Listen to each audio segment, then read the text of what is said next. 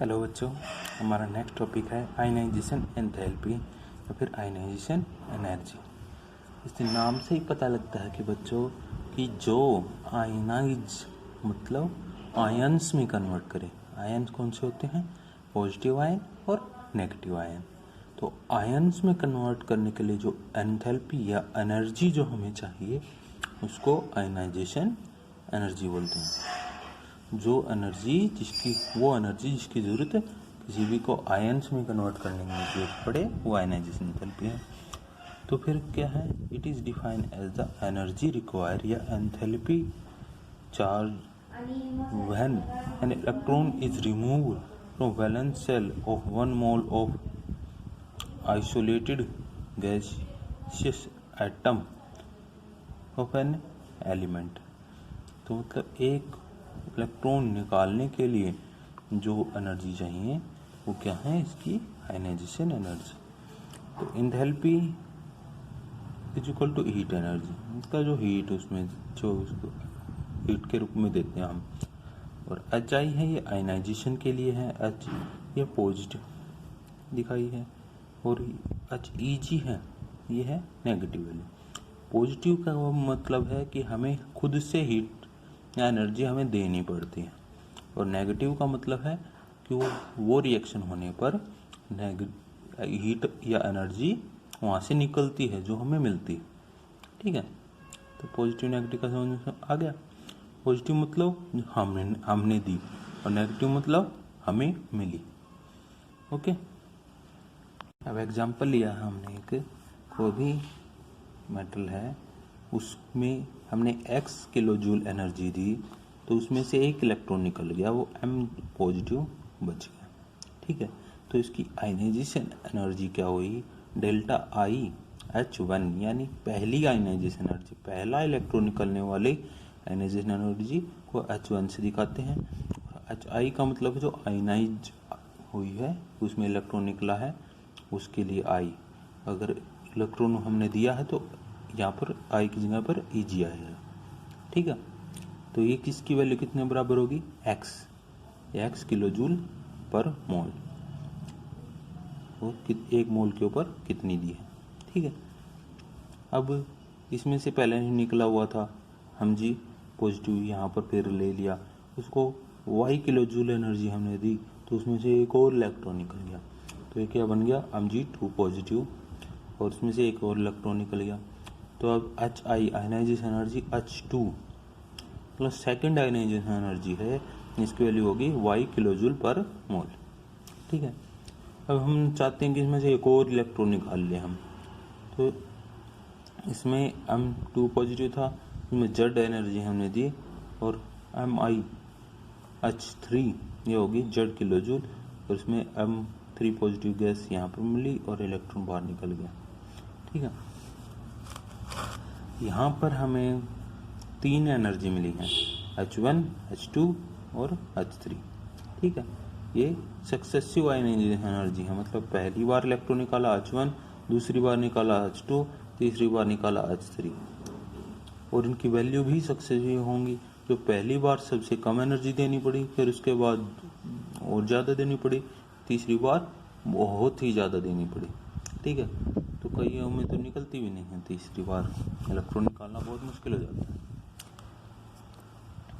Success इसमें point बनता है कि successive ionisation energy are greater than the previous ionisation energy for an element. जो पहले वाली आयनाइजेशन एनर्जी है ये 1 है, उससे कई ज़्यादा होगी H2। ठीक है, क्यों होगी? क्योंकि nuclear charge on remaining electrons increase after removal of electron. एक बार इलेक्ट्रॉन निकाल दिया तो उसमें एटम के अंदर प्रोटॉन तो उतने ही बाकी है ना, प्रोटॉन उतने ही बाकी हैं, तो क्या होगा कि वो जो पहला चार्ज जो सारे इलेक्ट्रॉन पे, मान लिया कि 10 इलेक्ट्रॉन पे लग रहा था 10 प्रोटॉन का चार्ज, अब एक इलेक्ट्रॉन निकाल लिया तो 10 प्रोटॉन का चार्ज कितने पे लगा? 9 पे। ठीक है, उसी तरह से अगर एक और इलेक्ट्रॉन निकाल लिया तो 10 प्रोटॉन की पकड़ किस पे रही? 8 इलेक्ट्रॉन पे, तो उनका निकालना और भी मुश्किल होता जाएगा। इसीलिए जब और सक्सेसिव में निकालते हैं तो और ज़्यादा एनर्जी हमें देनी पड़ती है। ठीक है, क्वेश्चन है sodium has lower H1 delta I H1, मतलब पहली आयनाइजेशन एंथैल्पी है वो सोडियम की कम होती है देन मैग्नीशियम। सही है, मैग्नीशियम से उसकी कम होती है पहली ionisation. But Mg has lower HI H2, मतलब दूसरी आयनाइजेशन एनर्जी निकालने लग जाए मैग्नीशियम और सोडियम की तो मैग्नीशियम की कम होती है एंथैल्पी देन सोडियम से वो कम होती है। ठीक है, तो क्यों कम होती है भाई? इसका कारण है भाई कि sodium has greater atomic radius and lesser nuclear charge than the magnesium. इसकी एटॉमिक रेडियाई कम है। कम कैसे है? सोडियम और मैग्नीशियम कैसे आते हैं? S1 के अंदर सोडियम है और S2 के अंदर मैग्नीशियम है, पीरियोडिक टेबल के अंदर पढ़ा था।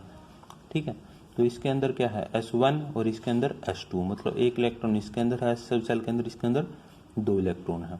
सही बात है। तो उसमें से पहली जो आयनाइजेशन एनर्जी है वो निकालते वक्त उसमें से एक इलेक्ट्रॉन है सोडियम के अंदर, पहले आसानी से निकल जाएगा। लेकिन मैग्नीशियम के अंदर क्या है? फुली फील्ड ऑर्बिटल है। मैग्नीशियम के अंदर फुली फील्ड ऑर्बिटल है, तो उसमें से एक इलेक्ट्रॉन निकालना मुश्किल हो जाएगा।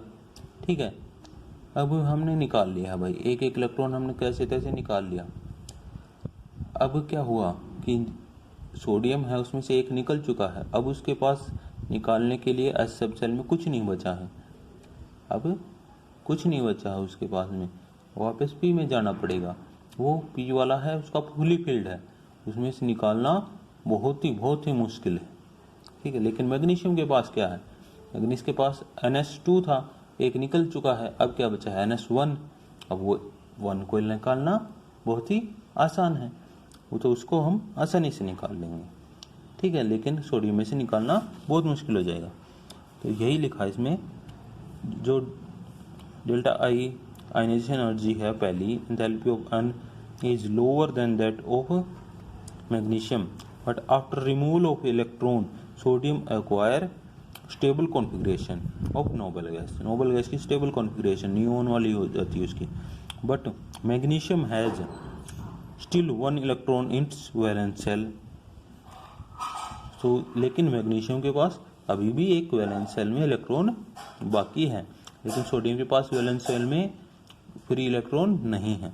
देयरफॉर Ni डेल्टा IH2 और आयनाइजेशन एनर्जी, मतलब second ionisation enthalpy of magnesium is lower than that of sodium. Sodium से उसकी कम होती है।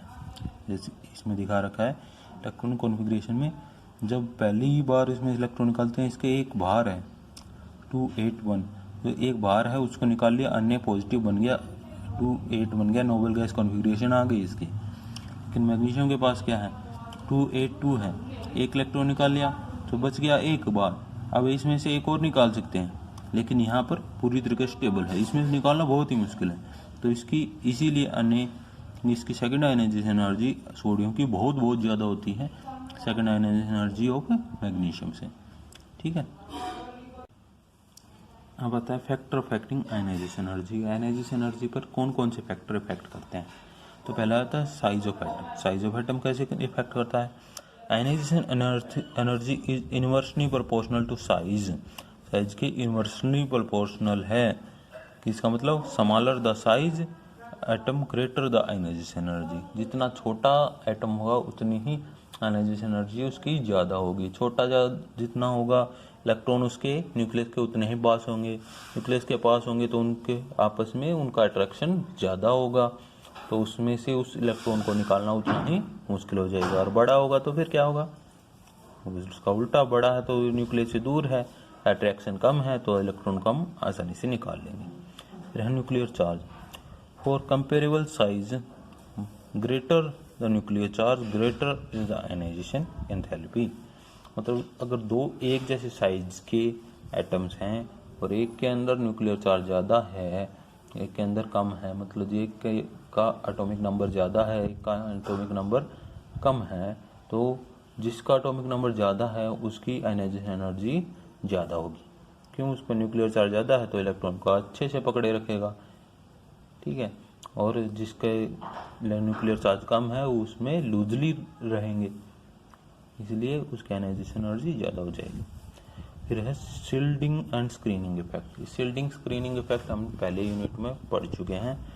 इसमें क्या होता है कि electron present in inner shells and the more symmetrical orbital do not allow the nuclear charge to reach outer electron present in more diffuse shape orbital, this is called shielding effect. अब क्या होता है इसके अंदर, electron जो present है inner cell में वो एक शील्ड बना लेते हैं, बाहर कवर बना लेते हैं, और न्यूक्लियर चार्ज का इफेक्ट बाहर वाले इलेक्ट्रॉन आउटर मोस्ट जो सब सेल है उसके पास पहुंचने नहीं देते।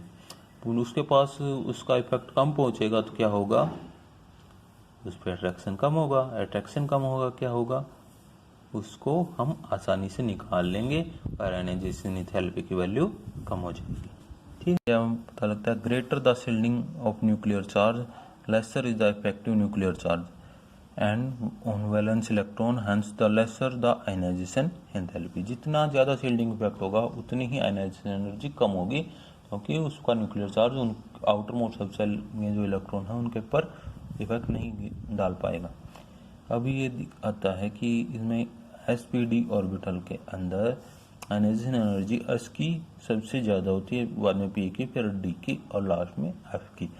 ये क्यों होता है कि वो डिफ्यूज और बिना डिफ्यूज वाला आ गया। इसमें एस वाला बिल्कुल गोल है, सिमेट्रिकल है, और इसमें पी वाले डम्बल शेप है, और डी में डबल डम्बल शेप है, और इसमें आप में और कॉम्प्लिकेटेड स्ट्रक्चर हो गया। लेकिन इसमें पूरी तरीके से सिमेट्रिक चार्ज फैला हुआ है, इसलिए इसकी सबसे ज़्यादा आयनाइजेशन एनर्जी है, और बाद में पी की, फिर डी की, और फिर लास्ट में एफ की।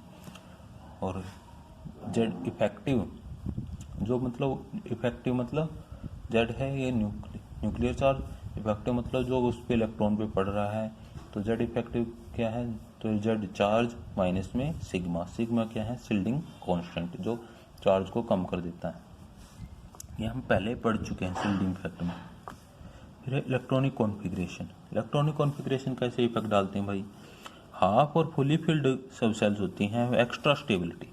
हाफ और फुली फिल्ड इलेक्ट्रॉनिक कॉन्फ़िगरेशन के बारे में हम पहले पढ़ चुके हैं। उसमें क्या होता है, सिमेट्रिकल होता है distribution of electron. Symmetrical distribution of electron होता है तो उसकी वो बहुत ही ज़्यादा स्टेबल होते हैं, स्टेबल कॉन्फ़िगरेशन होती है। उसको हटाने, उसको इलेक्ट्रॉन देना है या उसमें निकालना है, उसमें बहुत ही मुश्किल आती है।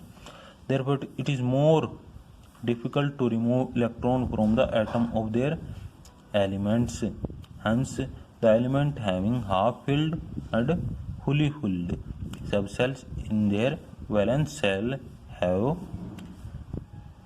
exceptionally greater ionization energy। तो हाफ फिल्ड और फुली फिल्ड हैं उनमें एक्सेप्शनली मतलब औरों से जो ट्रेंड चला रहा है उससे एकदम से ज़्यादा जाकर के आयनाइजेशन एनर्जी देनी पड़ती है। एग्जाम्पल कौन सा है, Group 2 element have extremely greater ionization enthalpy than the Group 13 element। 13 element से हमारी वो पी ब्लॉक चालू होती है। ग्रुप 2 की है आयनाइजेशन एनर्जी वो एक्सेप्शनली ज़्यादा होती है, किससे, ग्रुप 13 से। क्यों होती है, ग्रुप 2 में NH2 पूरा फील्ड है, फुल फील्ड के अंदर, उसमें ज़्यादा आयनाइजेशन एनर्जी होगी उसकी। Group 15 elements have exceptionally greater ionisation enthalpy. पहली जो आयनाइजेशन है delta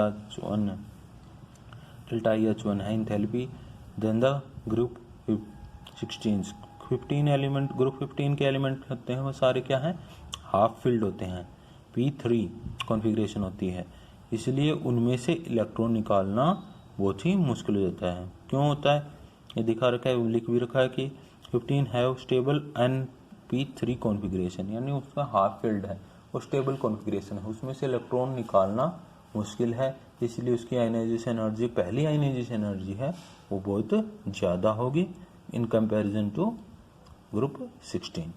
variation of ionisation energy in periodic table. Periodic table के अंदर कैसा वेरिएशन होता है? Ionisation enthalpy decrease down the group from top to bottom.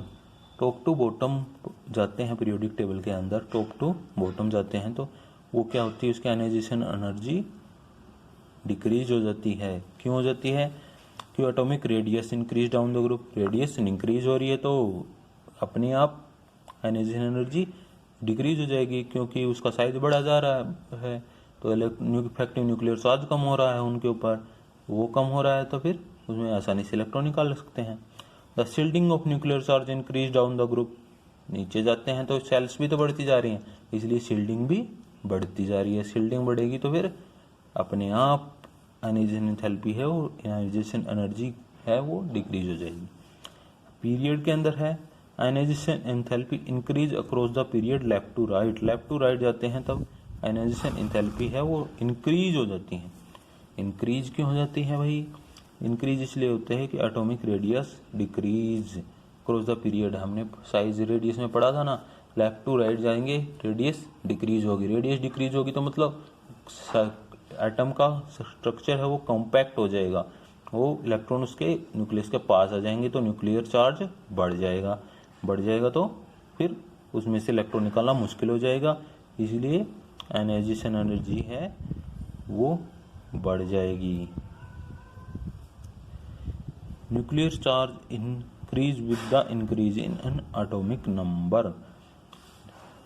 Left to right जाएंगे तो इलेक्ट्रॉन उसकी सेल तो नहीं बदल रही लेकिन उसका एटॉमिक चार्ज बढ़ रहा है।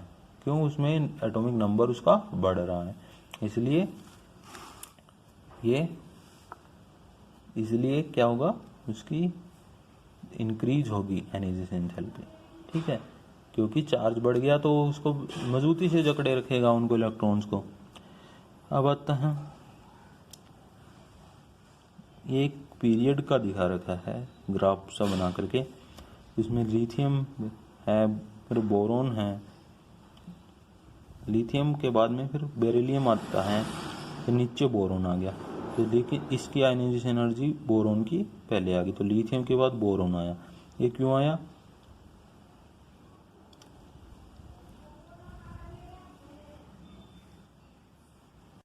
ये इसलिए आया कि लिथियम के बाद में फिर बेरिलियम है, ये -2 हो गया, फिर एकदम से Np1 आया।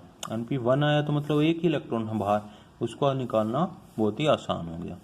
ठीक है, फिर कार्बन, फिर नाइट्रोजन, फिर एकदम से इसमें गिरावट आई। ये नाइट्रोजन के ऊपर आ गया Np3 और उसके बाद में ऑक्सीजन पे आया Np4 आया। तो इसके क्या टेंडेंसी रहेगी? स्टेबल बनाने के लिए। स्टेबल कब बनेगा? जब ये हाफ फील्ड हो या फुली फील्ड हो। तो इसमें एक इलेक्ट्रॉन बाहर है, उसको अगर हम निकाल दें तो ये ऑक्सीजन की जो इलेक्ट्रॉनिक कॉन्फ़िगरेशन है हाफ फील्ड हो जाएगी। तो इसलिए ऑक्सीजन का एकदम से इलेक्ट्रॉनिक आयनाइजेशन एंथैल्पी कम आती है, फिर फ्लोरीन और लास्ट में नियोन। ठीक है, ये टॉपिक हो गया आयनाइजेशन एंथैल्पी का। नेक्स्ट टॉपिक होगा इलेक्ट्रॉन गेन एंथैल्पी। इलेक्ट्रॉन इसमें निकाल रहे थे, उसमें क्या आएंगे? इलेक्ट्रॉन हम लेंगे। ठीक है, अब तक इतने के, थैंक यू।